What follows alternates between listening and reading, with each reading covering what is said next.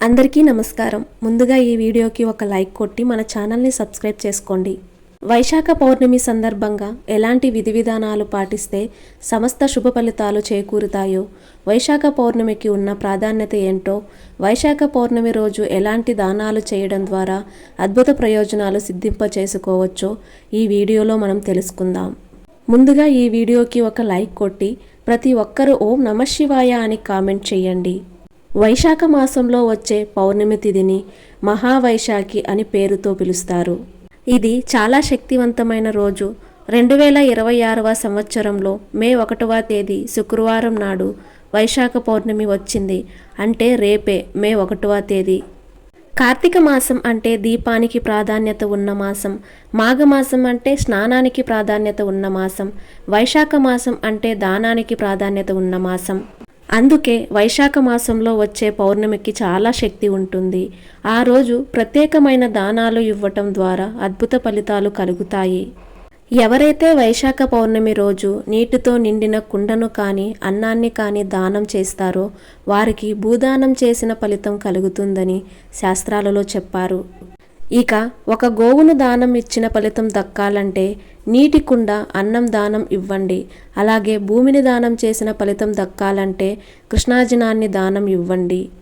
అలాగే నువ్వులు, తేనె సీస దానం చేస్తే భయంకరమైన పాపాలు కూడా తొలగిపోతాయి, విశేషమైన శుభ ఫలితాలు కూడా కలుగుతాయి అని వైశాఖ పురాణంలో చెప్పారు.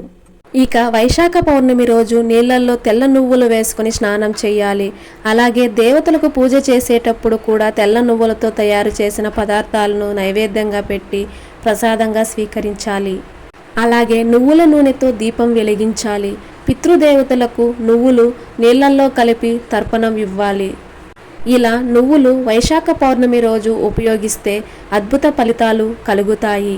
అలాగే ఎవరైనా భయంకరమైన పాపాలు తొలగిపోయి అన్ని కష్టాల నుంచి బయటపడాలంటే వైశాఖ పౌర్ణమి రోజు గొడుగు, పాదరక్షలు, విసనకర్ర ఈ మూడింటిని దానం చేయండి. దీనివల్ల సమస్త శుభ ఫలితాలు సిద్ధింపచేసుకోవచ్చు. వీటిలో ఏది దానం ఇచ్చినా కూడా అమోఘమైన శుభ ఫలితాలు కలుగుతాయి. ఈ వైశాఖ పౌర్ణమిని మహావైశాఖి అని అంటారు. కాబట్టి సముద్ర స్నానం చేస్తే దృష్టి దోషాలు, నరపీడ, శత్రుబాధల నుంచి బయటపడవచ్చు.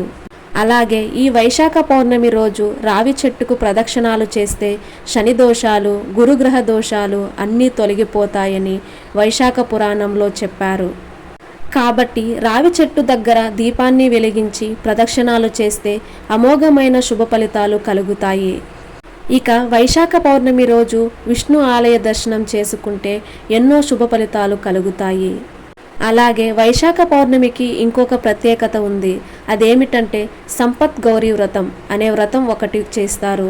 అంటే సంపదల కోసం గౌరీదేవిని పూజించే వైశాఖ పౌర్ణమి. ఈ వ్రతం ఎలా చేయాలంటే ఇంట్లో ఉన్న ఆడవారు 5 దారపు పోగులు తీసుకుని వాటికి పసుపు రాసి 5 చోట్ల ముళ్ళు వేసి 5 దారపు పోగులతో చేసిన తోరణాన్ని కుడి చేతికి కట్టుకోవాలి. తమలపాకులో పసుపు ముద్ద పెట్టి ఆ పసుపు ముద్దని గౌరీ స్వరూపంగా భావించి అక్షింతలు, పుష్పాలతో పూజ చేస్తూ గౌరీదేవి 108 నామాలు చదవాలి. ఆ తరువాత హారతి ఇచ్చి బూరెలను నైవేద్యంగా సమర్పించాలి. ఆ తరువాత 5 ముత్తైదులను పిలిచి ఆ 5 ముత్తైదులకు తాంబూల వాయనం ఇవ్వాలి. దీనినే సంపత్ గౌరీ వ్రతం అని అంటారు. ఇది వైశాఖ పౌర్ణమి రోజు చేసుకుంటే చాలా మంచిది. గౌరీదేవి అనుగ్రహం ఇంటిల్లపాదికి కలుగుతుంది. ఇక వైశాఖ పౌర్ణమికి ఇంకొక ప్రత్యేకత కూడా ఉంది. దీన్ని కూర్మ జయంతిగా జరుపుకుంటాము. అంటే శ్రీ మహావిష్ణువు కూర్మ రూపంలో అవతరించిన రోజు వైశాఖ పౌర్ణమి. అందుకే కూర్మ జయంతి అనే పేరుతో కూర్మ రూపంలో ఉన్న విష్ణువుని మనం దర్శనం చేసుకుంటాము. వైశాఖ పౌర్ణమి రోజు శ్రీకూర్మం క్షేత్రానికి వెళ్ళి కూర్మనాథ స్వామిని దర్శనం చేసుకుంటే అద్భుత ఫలితాలు కలుగుతాయి. అయితే కూర్మనాథ స్వామిని దర్శనం చేసుకోలేని వారు ఇంట్లో దీపం పెట్టాక ఓం నమో భగవతే కుం కూర్మాయ ధరాధర దురంధరాయ నమః అనే మంత్రాన్ని కనీసం 21 సార్లు చదవండి. కూర్మ రూపంలో ఉన్న విష్ణుమూర్తి అనుగ్రహం కలుగుతుంది. సొంతింటి కల నెరవేరాలంటే ఈ వైశాఖ పౌర్ణమి రోజు ఈ కూర్మ మంత్రం చదవాలి. అలాగే శ్రీకూర్మ క్షేత్రానికి వెళ్ళినప్పుడు కూర్మ రూపంలో ఉన్న కూర్మనాథ స్వామిని దర్శనం చేసుకోండి. అలాగే శ్వేత పుష్కరిణిలో తప్పకుండా స్నానం చేయండి.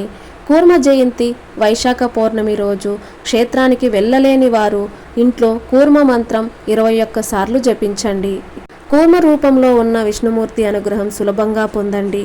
ఇలా ఈ వైశాఖ పౌర్ణమి రోజు కూర్మ జయంతి, సంపత్ గౌరీ వ్రతం మరియు శుక్రవారం ఇంత అద్భుతమైనటువంటి రోజు. ఈ అవకాశాన్ని సద్వినియోగం చేసుకోండి. సమస్త శుభ ఫలితాలు సిద్ధింప చేసుకోండి. ఈ వీడియో మీకు నచ్చినట్లయితే ఒక లైక్ కొట్టి మీకున్న ధర్మ సందేహాలకు కామెంట్ చేయండి. ఓం నమః శివాయ.